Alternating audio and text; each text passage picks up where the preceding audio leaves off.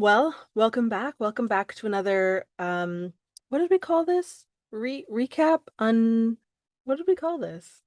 Um, Unraveling? Unraveling the episode. Unraveling the episode? I'm sure it's not. I'm sure unraveling isn't what we called it. Recap. Let's just call it We'll call it recap. a recap. Are Welcome. we Hmm, oh are we being recorded right now? We are being recorded right now. Oh no, and all the listeners are gonna think they're gonna hear all my nonsense. Come You're on on. candid camera right now. Oh man. I know. Nonsense. That's what I'm saying. I'm pretty excited though. I thought this was a really good episode. And I mean, Mandy's so well spoken and her it's obvious to see that she cares a lot about what she does and why she does it. So it was a pretty good listen, pretty interesting to edit and to listen to. Well, what did you get the most out of? Like what did you like the most about it? Mm, I think, I mean, it hit me pretty hard. She kind of explained that all of this happened for her because of her own personal experiences in the industry, actually having someone take their own lives and then somebody else not that long afterward also having a bit of a scare. And that was like a year ago. It wasn't even that long Mm-hmm. ago. Mm-hmm. And she shared some statistics that were pretty baffling. I don't have them in front of me, but they were I pretty insane. I think I do actually. I think I could be wrong here, but I think 12% of construction workers have an alcohol use disorder. Hmm. They're twice as likely to have a substance abuse issue. Construction workers are 7 times more likely to die from opiate abuse, Wow. and they have the highest proportion of heroin related death. Hmm. So, oh yeah, and then there's every 12 minutes a construction worker in the United States dies from suicide. That one I found was crazy. Yeah. Every 12 minutes a construction worker in the US dies from suicide. Yeah. Within the course of us having this conversation, that's three more people at least. Yes. And also 80 oh yeah, it just says construction has the highest suicide rate in the US Hmm. for work. I think I got the what she said right. But anyways, any way you slice it, it's like it's a huge mental health issues in construction are huge. They're huge. And she also made the point that, there are all these great initiatives that are going out, and people on the corporate level are like, okay, we got to deal with the mental health crisis. We got to deal with it. So they bring in all these initiatives, they do all this work with HR, da da da da da, and all the people in the offices are like, hey, okay, I'm feeling okay. I'm doing pretty good. Meanwhile, all the guys that are out in the field on the lowest level of the totem pole, they're not getting anything, right? So all these people in the offices, all this Yeah. trickle down is happening, and they're like, hey, we're doing great. But the guys who actually need the stuff, all of these initiatives that are going out, they're not getting any of it. They're not seeing any of this help. Well, that's what I was saying being on the job sites myself for so many years Hmm. is I remember one of the company I worked for, they were all about all this, employee training and not necessarily mental health, but just like, camaraderie within the company. It was a big company. Mm. But when you got on the job site, it's like the foreman and whoever, they're just like, yeah, but let's get this done because that's my bonus. And it's Right. like, so it wasn't really trickling down, right? It was Mm. the owner sometimes have the best of intentions, but unless everybody's falling in line with it, it just gets watered down so that by the time the person actually putting the nails in the wood, he nobody cares about him, or he's Hmm. not feeling it. He's not feeling it. Not that nobody cares. So that was an interesting part of the discussion that I found is that again, you can have the best of intentions, but unless it's filtered through the whole organization right down to the very bottom, it's it's not nearly as it's not really going to have the effect that it's supposed to have, right? Hmm. Yeah. Yeah, it's interesting that all of this money can potentially go into the mental health of the people in this industry, and to still have it not to still have those numbers be accurate, and to still have all these people needing help and not getting it because, like you said, at the end of the day, you're your HR can send out an email that's like, we really care, we really care. But when you get on the job site, if nobody cares, nobody cares.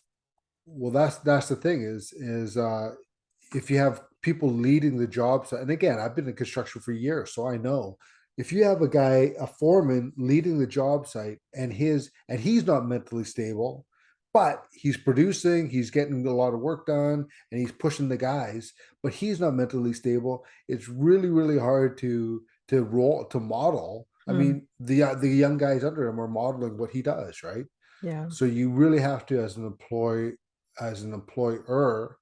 have to say, well, I don't care if this guy produces like more work or he's this great worker. If he's not creating the right culture, then it's not worth it to me because Hmm. lives are being sacrificed. And and that was one of the things that I was very happy about with the last company that I worked for full time as a carpenter is I mean, it was me and my friend were basically running the jobs, and then we would have different guys, apprentices or whoever would come along the job site, and they would help us. But Dean, Hmm. Dean would be like he was the main guy, but I was the guy that was his basically his right hand man. And I said to the owner, who again is my friend, I said, you know what, I don't want to be the guy responsible for all the nuts and bolts of the job. I want to be the guy that makes sure the job is a good healthy place to be. Mm, And he was super happy about that. So everybody wanted to work on our job sites because they were fun. We were laughing. We'd always have music going. And it was like, it was way better. It was way like, yeah, it just was a way better environment. It was way more productive. It just was so much healthier and so much better to have the balance between, yes, the work has to get done, yes, you can have somebody who's kind of more responsible for, okay, we got schedules, doors are coming or whatever it is, and then have another person who's more responsible for, okay, yes, we have to get this done, but let's have fun doing it and make sure mm. everybody's having a good time, and yes, be safe and be mentally upbeat and happy, and let's have a good time because it's so important. Yeah, it is important. And I think um whatever kind of field you're in, obviously the conversation is about the construction industry, and I think the stats show us how important that conversation is. And the stats show us that that's a conversation that needs to have its own platform. Um, I've never been in the construction industry, so I can't talk from it, but from my own experience, you definitely, you definitely need a mix of both, and you need someone who's, I mean, I've been in situations very recently, not to say now, but very recently, where I am the you in one of my jobs, where we have someone who's like, okay, let's get it done, like we have stuff to do, and people are needing a break, people are cracking under the pressure, and I have to be the one that's like, hey, it's gonna get done when it gets done. Putting stress on it isn't gonna make it happen faster, it's gonna make you freak out, and then it still gets done at the same pace. So what's the point in, Yeah. why are we doing this to ourselves? Why are we doing this to each other when it's going to get done when it gets done? And your mentality on the job site has always been one that it seems like everyone appreciates, because even if people don't get it at first and they're so focused on you know, the bottom line and the quota, it gets done when it gets done. And you're either going Mhm. to get it done and go home and feel good about the day, or you're gonna get it done and go home and say to your partner or your wife or your roommate, I gotta take mental leave because I can't take it anymore. I can't do Mhm. this anymore. How are you gonna go home, right? Yeah, exactly. And the reality is you should work as if especially if you're doing 40 hours a week or so whatever, that's a third of your Mm. life. If you're not having fun, if you're not looking forward to going to work, if you're not like seeing the play in it because you're around good, happy people who are basically your friends, then there's a problem. There's a problem, in my opinion. Mm. I mean, you've heard me say this before. Like for me, when I'm working construction, if I'm not having fun, then I'm not doing it. For me, it's playing with my friends, and that's the way all work situations should be. It should always be playing with your friends, whether it's in the office or what. I mean, I've never really worked in an office, but Mhm. I'm just saying that you should never lose sight of the fact that, especially if it's this one particular job is a third of your life, why, why would like how could you tolerate it not being a pleasant experience? Mhm. So, but so again, talking about construction though, and this interview that we had, that Mhm. was one of the things that she was saying, and I was echoing that we have to create a culture where it's like, dude, if you're not feeling good, we all need to recognize it. We all need to say, oh, this so and so Jimmy's not feeling good. Let's address this problem. Like, what's wrong? Why are you not feeling good? Because Mhm. that's not acceptable to just ignore the fact that I one of our friends on the job site or whatever one of the guys on the job site is not feeling good or not feeling happy, is feeling depressed or feel that should be unacceptable for us to just ignore, right? We Yeah. have to create a culture where it's like, dude, if you're not feeling good, then ask for help and be feel free to, and whatever it takes, right? And know that you'll actually get the help and not just be ostracized because you asked for it. But you need to be able Yeah. to not only be able to ask for help, but know that when you ask, someone someone in HR isn't going to go, "Oh, I'm sorry to hear that. Get back to work." Yeah. Like you need to know that someone's actually going to do something about it. Because if you keep asking and people keep ignoring you, you're going to stop asking, or you're going to express that it wasn't safe to ask, and other people aren't going to ask, so it's a lot more important than I think people realized it was. I didn't realize that it was even that big a deal, but if you think about it, I mean, Fort McMurray, I mean, God, I don't remember how long ago I was there, but the stories you hear from Fort McMurray are basically that all the people working on these oil fields, they're making insane money, and they don't, they've got all of these addictions, they've got like there's drug abuse, there's, people spending thousands of dollars on gaming systems, and then all they do with their free time is game. And it's like, yeah, obviously, because they're being worked so much and they're making all this money, but what do you do with it when you're not happy? You just find ways to fabricate happiness, Just right? try to numb yourself, right? Mm-hmm. Yeah, Yeah. it's crazy. It's baffling actually that we still live in a culture where that even goes on, where it's like the bottom line is get this stuff done, right? And it's Mm-hmm. like lives matter, and that's the thing. Again, I've been in the job site for a long time, like over 20 years, like on and off, for well over 20 years, and that's the thing that's so crazy is like I've seen people you know different things happen with people, whether it's physical injuries or mental um, uh, problems or health mental health issues that led to whatever, somebody doing something irrational and then dying, or well, I haven't actually see I only know one person that died, but anyways, all this crazy stuff, and then people are always like, oh my god, did you hear what happened, for a day or Mm. two, and then it gets forgotten, Yeah. and then it's like back to the grindstone. It's like, Mm. nah, this is ridiculous. Like we need to create a culture.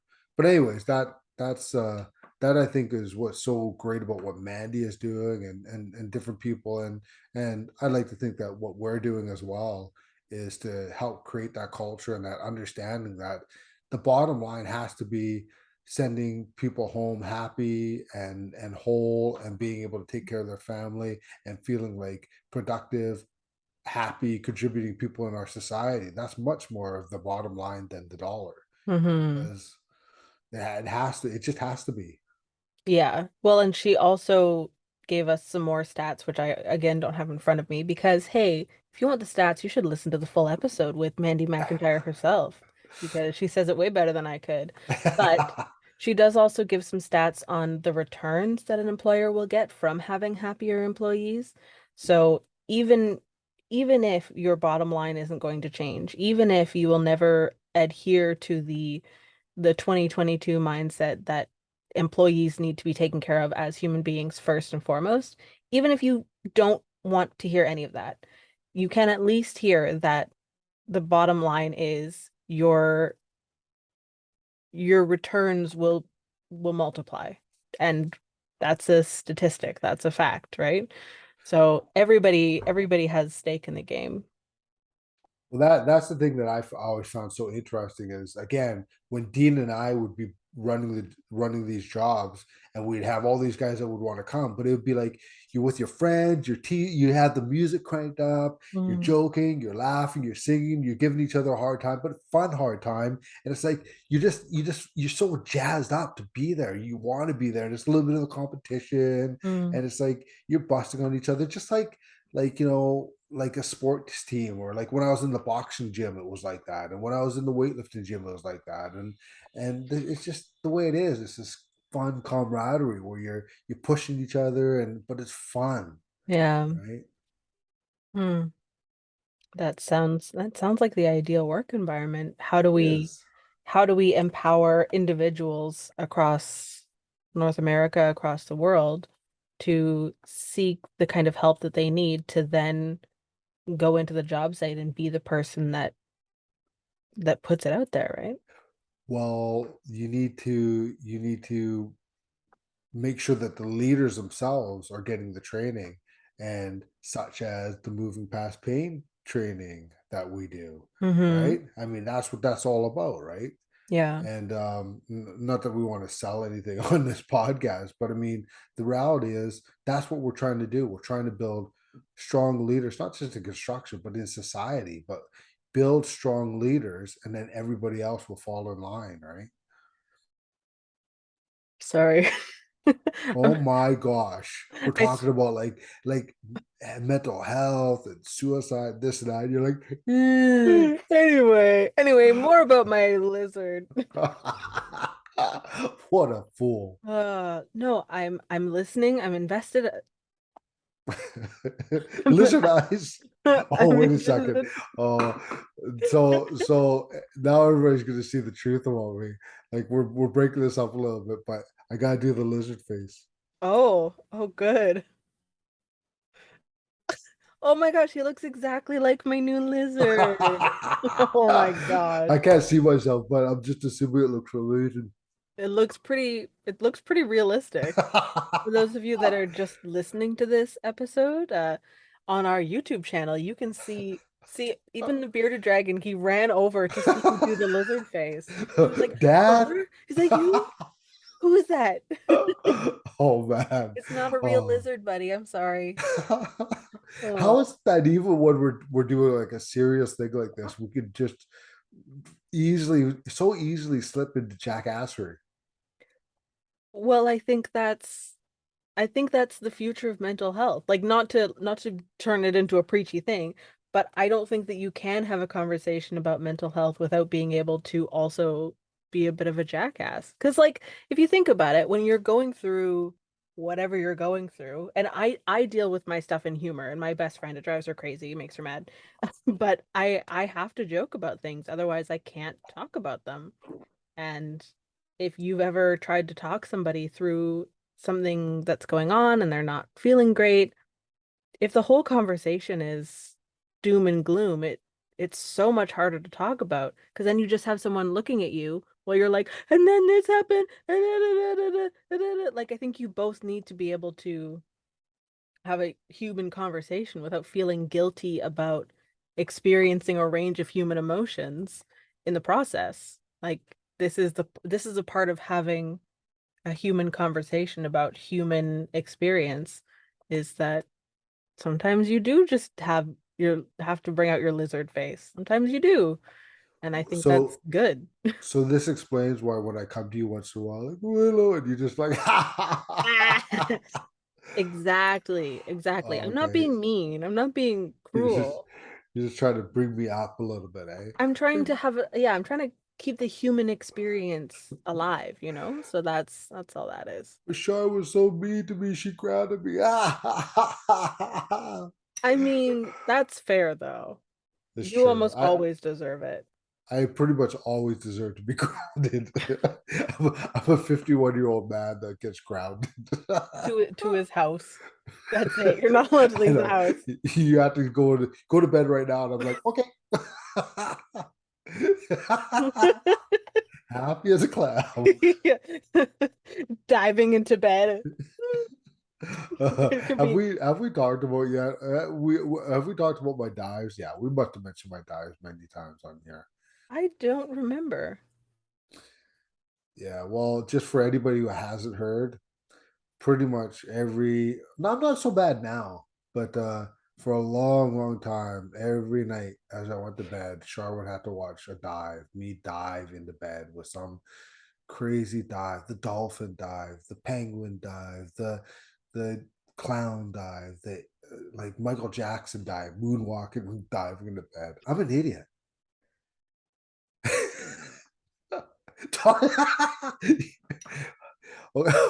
Okay, back to the seriousness. Come on, we're talking about construction suicide and Mackie Mack and Mackie Mack, Mandy McIntyre and Sorry, all give the me one amazing. second.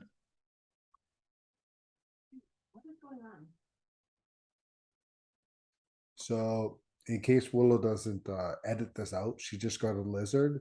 So, for anybody who's listening to this and watching this and feels like this is a very important topic, Willow does, yes, she does consider this to be a very, very important topic, but not as important as her lizard. Um, and this is just the kind of girl she is. I'm going to enlighten you all now. I love her. I mean, she's my daughter, but she's going to put lizards above people. That's just who she is. And there was a time in her life when she put her rat Misty ahead of all of us. She put her rat Misty far above me, which was okay to a point until I realized, like, well, Misty's a rat. I mean, come on, I got to be better than a rat. But apparently not to Willow. Um, so for all of you who are really invested in this interview or podcast and feeling like it's a very, very important topic, just know that it's nowhere near as important to Willow herself than her new reptile, because that's just who she is. Um, yeah, Well, that's I all I'm think you about to should say. consider, just briefly, that perhaps my new reptile is what brings me joy. And in this cold part industry with, the higher ups are always like, "Oh, better get it done." And I'm like, "Please, sir, I'm so tired." And they're like, "Nope, just we got quotas to hit. You know, maybe my little lizard makes me happy, okay? You're talking about the higher ups being me and Sharp. Primarily you, I would never, ever, ever, ever, ever, ever, ever, ever, ever treat you like forever, that. ever, forever, ever." Forever, ever. Okay, we got way off track. But I feel like we covered like a lot of the stuff that I wanted to talk about. I feel like we covered. Was there more that you wanted to hit? Because for me, it was just like she's so well spoken that I can't say anything that she said better than she said. So if Yeah. you're intrigued by this chaotic recap, you go listen to the episode. Like it's amazing. She's Yeah. a wonderful, yeah, I think just the work that she's doing and her and I are going to be teaming up to do some work to tackle the same issues and basically try to, instill good habits and mental strength in the leader so that it all gets modeled. And so I hmm just think that she's doing great work, and I look forward to a collaboration with her in the future with all the some things that we're doing. So yeah. it's exciting. It's super exciting. You can check out all of the things that Mandy is up to, no doubt in the links below, as well as with Level Up Consultants. She's doing amazing work. We're super excited to work with her. We're super excited to have had her on the podcast, and definitely go check out the full episode. I will also put that down below. And hey, did you know that we have a sponsor? I know. Well, maybe we'll get lucky and Ad Read Willow will put an ad right here. We'd like to give a huge thank you to our new sponsor, Go Primal Apparel. By using our code Goliath10, listeners can get 10% off all purchases made at goprimalusa.com. That's code Goliath10 for 10% off. Go with confidence, go with pride, go primal. Thank you again to Go Primal Apparel, and now back to the video. And we're back. How was that not an amazing ad?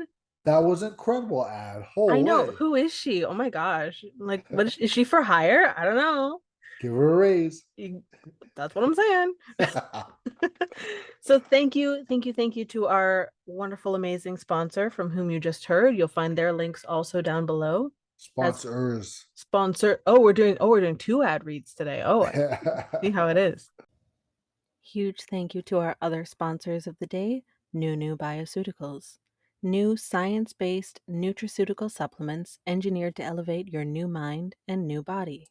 Use coupon code Benjamin Smith at checkout for 10% off all of your bioceuticals. That's coupon code Benjamin Smith for 10% off. Thank you to our amazing sponsors, plural. You'll find all of their information down below, as well as what we're up to in the world. As always, you can write to us. You can find us on Instagram as lovinggoliath.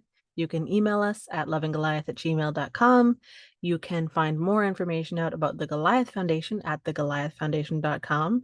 And I think we got it. I think we covered the full gamut. I think you did an amazing job. Oh, something popped up on my screen here. I'm just gonna. There, it's gone. I couldn't see myself. Oh, I see. I'm clearly not as important as my dad being able to see himself. Oh, heaven forbid I worry about my live animal for a second, but my dad knows to be able to see himself. Whoa. Uh-oh. Touche. You narcissist. Chill out.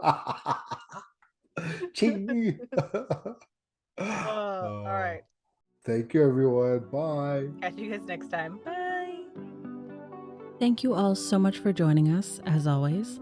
We love hearing from you, so if you have comments, questions about the episode, topics you want us to cover, or anything else, you can find us on Instagram as Loving Goliath, on Facebook as The Goliath Foundation. You can email us at lovinggoliath@gmail.com, or you can find out more information about the Goliath Foundation at thegoliathfoundation.com. Hey, did you know that 36% of our listeners tune in through Apple Podcasts? If that's you and you liked what you heard today, you can leave us a review on Apple Podcasts. Thank you again, and we'll catch you next time.